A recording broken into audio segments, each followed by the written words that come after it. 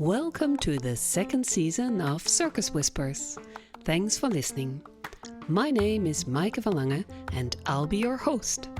Circus Whispers is an idea of Tent House for Contemporary Circus in Amsterdam.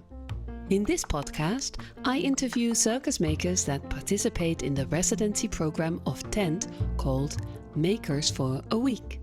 6 makers or duos have been selected to work around a research question they've applied for with this program.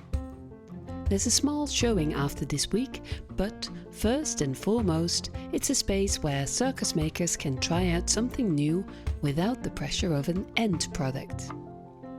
It's a podcast where you'll hear the makers talk about their research, their professional circus practice, but also a podcast where, in each episode, I ask Benjamin Kuitenbrouwer, aka Monkey, housemaker of Tent, to share his thoughts on what it means to create your own circus work. I think I find a lot of my inspiration from outside of circus, and I've spent a lot of time, and I still do sometimes spend some time feeling guilty about that. This week's episode, Arend de Jonge, self-taught aerial acrobat from Rotterdam with a master's in fundamental mathematics and crypto and cybersecurity. In his research, he combines his personal programmed virtual reality with aerial acrobatics. Curious what that brings on stage and what he learned from this week. What I think the hardest in this process is the balance between the technical side of things and the physical side. So I end up, even while I'm in this super nice space, all kinds of possibilities of light, playtime, I end up in my little corner behind my laptop writing code, and this is really tough because I really want to jump into the air, climb into my rope and start acting and playing and doing things. You'll be hearing an interview I had with him on day 2 in the Black Box Theatre of CC Amstel in Amsterdam. You'll also hear the voices of Rosa Boon and Jayet Metin, 2 of the directors of Tent, about their ideas and advices for the maker of a week. Hope you enjoy this episode.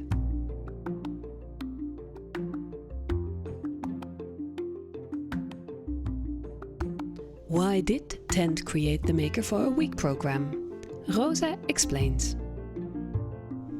I would say that we give circus makers the opportunity to do research and to do research without having the pressure of presentation or the pressure of producing, as we say so. And because we really believe that this research is the basis of a new idiom or new language, we really want to make space for this research, and we can only do this by offering time, money and space. So the center of the Maker for a Week program is research. Arend explains us. The research question of this week is... I was obsessed with this concept of being in the virtual reality while also being in the physical reality, which is where the name stems from, superposition. This is actually a term from quantum mechanics, which I encountered somewhere during my mathematics degree. And it basically means that a quantum particle can be in 2 places at once, and it only decides where of the 2 places it is once you try to observe it. So me as an artist being in a virtual world while also being in the physical world kind of is a superposition of myself. And I thought this was a fun starting point, and then of course you need to develop it into something which is more than just a fun relation between a term from quantum mechanics and an idea. Mm-hmm. To start at the beginning, I asked Jayet why Tent chose Arend as maker for a week, and who is Arend as a maker? We're sitting in the cafe of Theater CC Amstel. I think at Tent we support any research that has a link with circus and with everyday life, you could say. And this is a great example of that. He integrates technology and contemporary questions with circus, which is perfect for tent. I remember the first time I met Arend was when I was teaching at Stichting Stapel, an Amsterdam acrobatics course. And he came in at the basic level, and immediately after the first class he sent me an email if we would learn this and that and this and that, and he would definitely want to learn this, and he would also like to learn that, and if we could offer all this in this very limited course. So I immediately knew that he was motivated like crazy.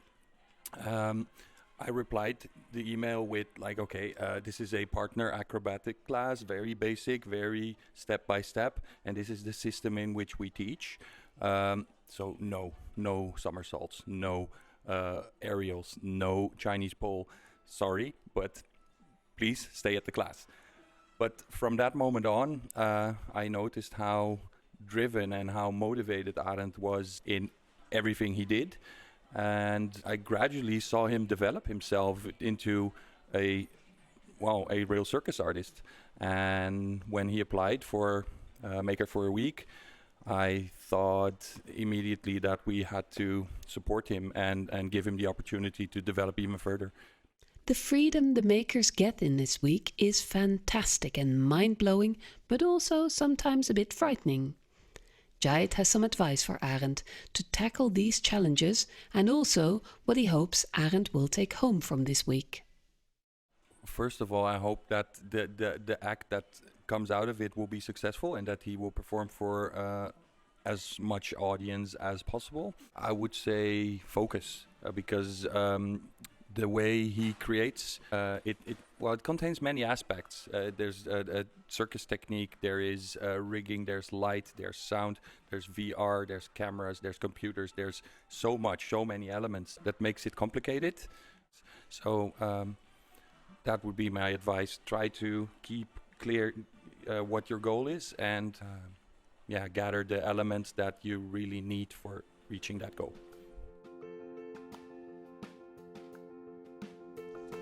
Each Maker for a Week gets a bespoke program. Tent collaborates with multiple partners in Amsterdam to provide the best fitting studio or research space for the maker. This week we're at CC Amstel, a cultural venue which combines a public library with a nice cafe and a theatre. I met Arend in the Black Box, where he worked for the week. I saw a big white beamer screen, a crash mat, his rope, lots of papers with notes on the black ballet floor, his straps hidden in the wings, and in the corner, just as important as his rope, a table with computers and lots of cables and VR goggles. So, who is Arend? Let's get to know him a bit better. I asked him, how would you describe yourself as an animal? A nocturnal animal. And then I started looking around what kind of nocturnal animals are there. And one of the nocturnal animals that I thought has a bit of a relationship to me is the mole. Because as you look around in this space, for example, you can already see a bunch of moles hills that I've created during the residency. So there's this mole hill consisting of all these small papers that form the timeline of my show. There in the corner, there's another mole hill, which is my technical setup.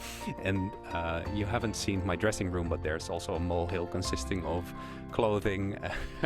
This is apparently something I do. I create my small little mole hills here and there. And the fact that a mole is a night animal as well is completes the comparison.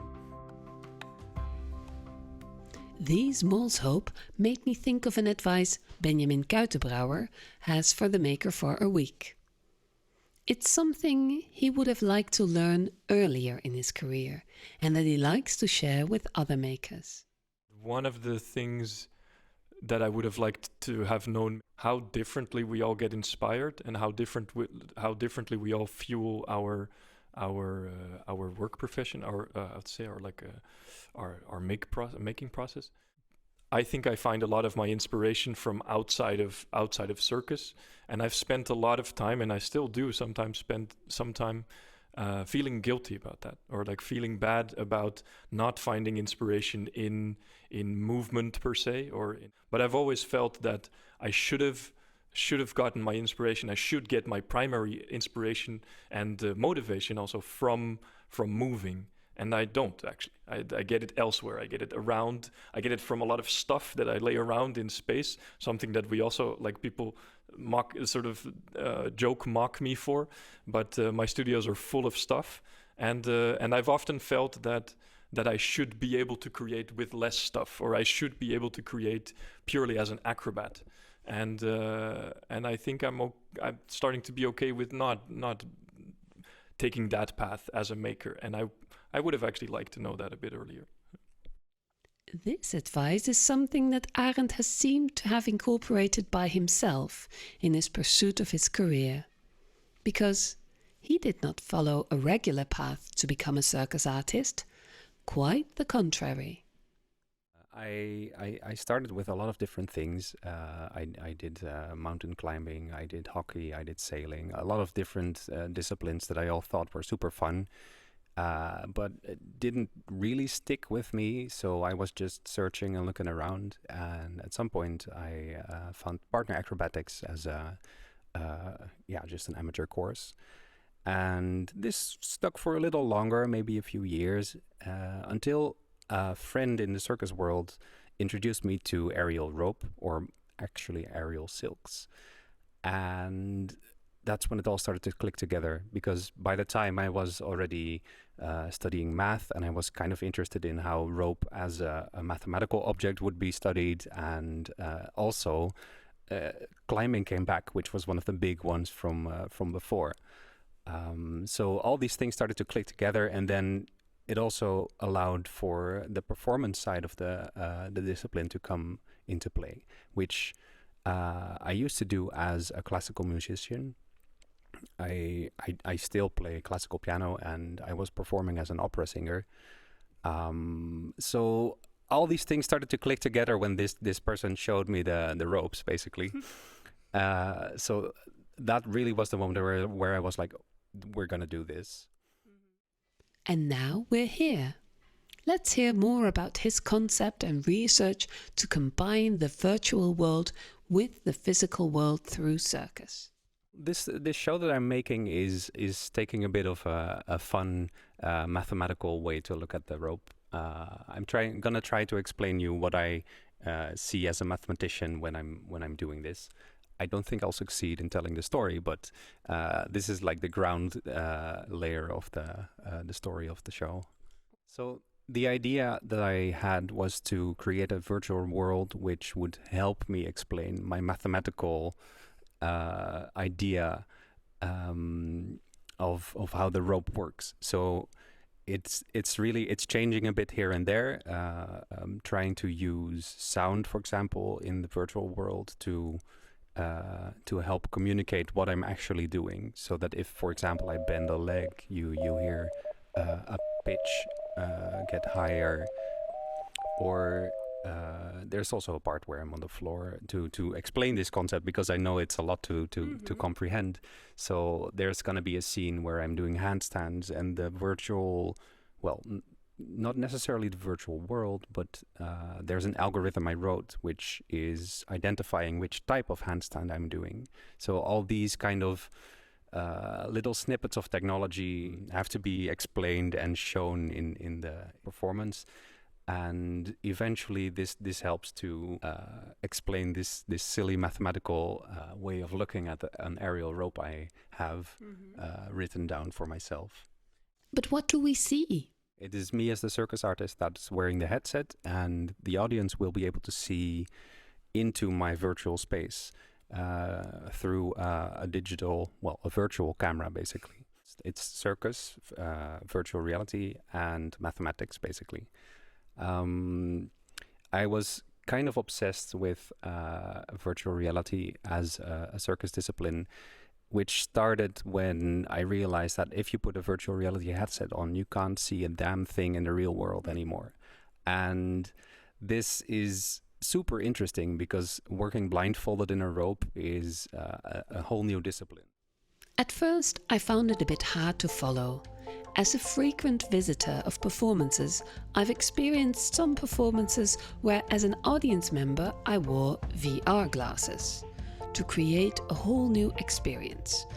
I could fly as a trapeze artist, or I would be high up in the theatre, or see performers that weren't really there. But an artist with VR goggles and me as an audience looking at his virtual world that he shapes through his movement was quite a lot to process. But on the other hand, it's not as crazy as it might seem at first, because look how technology is interwoven in every part of our lives and how we move through it as ourselves or the online version of ourselves.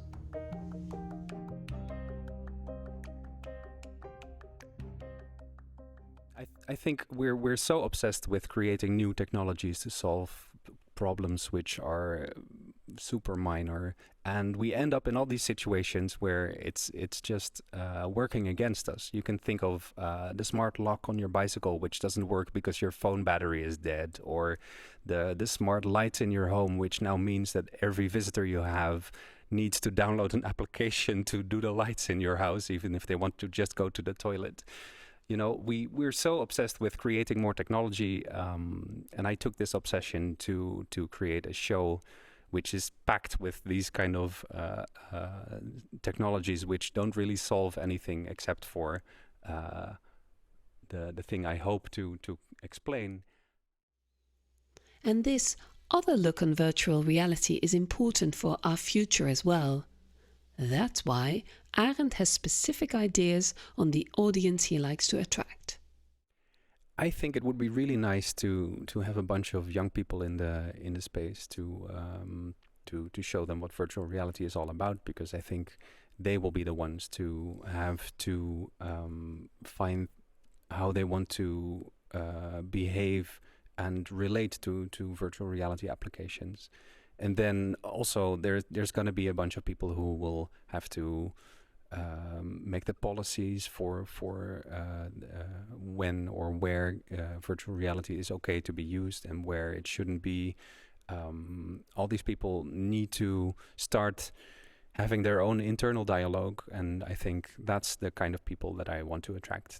The people that have to, well, basically everybody. I mean, everybody will need to find a way around virtual reality, I think, because it's really starting to pick up. You're starting to see it everywhere now.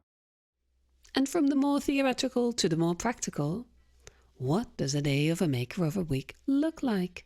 How does Arend start his day? It's so automatic that I don't really realize it, but I prepared a bunch of meals for the week as I'm in the theater from 11 to 10, basically. I take my lunch to the fridge in the dressing room. That's the first thing for sure. Then I come to the theater space itself. I turn on my laptop. I take a moment to walk around and feel the space. Day plan. The day plan has to be made, and the best time of day to do it is just when you enter the space and you're ready to go. I take a little moment to think, okay, what do I want to achieve today? Which technical means do I have to implement? Which themes am I going to work with? Or which parts of the show am I going to work on? Is it going to be the storyline today? Or is it going to be lighting? Or is it going to be a very technical thing that I need to try out using the space? So this is a bit of the irony of the type of show that I'm making. I'm starting to realize it more and more, but there is a stupid amount of technical work to be done, and it is a bit at the cost of the physical work. So I often I'm programming something new for an hour or two, and then I have to test what I just programmed, and this takes maybe 15 minutes or maybe half an hour if I'm lucky, and then I go back to the computer again. So the balance is indeed a lot towards the brainy side of things. This is indeed atypical for most circus makers, that Arend develops and programs his computer scripts for the VR set himself. And experimenting in a new discipline evokes unforeseen challenges. For example, how to move with VR goggles and trackers in a rope. One of the first experiments I did with circus and virtual reality resulted in the conclusion that the normal hand controllers are not adequate to track your full body, of course. I thought, maybe I can be smart and put the controllers in my socks and then they can track my feet, so I have at least a little bit more information. But it turns out that's just too far from the headset already. So what I did is I went on to solder myself a piece of motion capture suit. And this is the prototype. So a motion capture suit consists of a bunch of sensors on your body, which your position in space relative to where the Earth is, basically. And long story short, this translates into an avatar which you can move in virtual reality. And I attached it to my body with a bunch of elastic bands at the moment. And this is not the most practical solution, but it was the quickest to set up. And maybe we'll improve it later on. Maybe we won't. I kind of like this experimental look of raw, open electronics. Being a maker for a week means having dreams and aspirations of what the week might bring you. What's Arend looking forward to most? At the moment, everything is still super rough. I've repeated this a bunch of times, so there's hardly any styling in virtual reality. There's still a bunch of bugs running around here and there. All kinds of little details that I'm like, please, can we fix this? And I'm really looking forward to ironing those out and making it into a smooth experience that really has a natural flow. This is something I really look forward to. But if you do that now, I mean, you don't start vacuuming in the middle of a renovation. You really need to wait until the renovation is over before you start vacuuming. Otherwise, you're just spending a lot of time for nothing. What is the hardest thing you're experiencing during this maker for a week?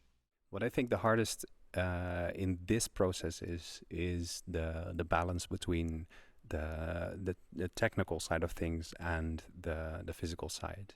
So I end up, even while I'm in this super nice space with all kinds of possibilities of light and playtime, I end up in my little corner behind my laptop writing code. And this is really tough because I really want to jump into the air and climb into my rope and start acting and playing and doing things. But it really, the programming part is fully necessary. And the accepting this part of the job at this moment is very hard. And what's the thing Arend likes most about the process? When a theoretical thing you decided to make works out, it's super fun to see when for example this handstand recognizing thing comes to life. I'll jump a hole in the air and be super happy. I've had this before when I first saw my motion capture suit move in virtual reality.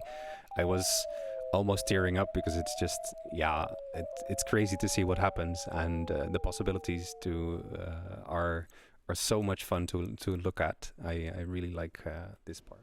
What does Arend hopes to take home from this week? Oh my God, I think I've already had so much new experiences. This is really a tough one. What do I want to take home? I'm really looking forward to see what the test audience on Friday is gonna give me as feedback. I think that's what I want to take home, because I'm working on my own a lot, and this is one of the precious opportunities where I can get feedback from a bunch of people who are also very capable at looking at new shows and concepts. This is what I'm really looking forward to. Benjamin couldn't come to the presentation, but he is looking forward seeing more of Arend's work.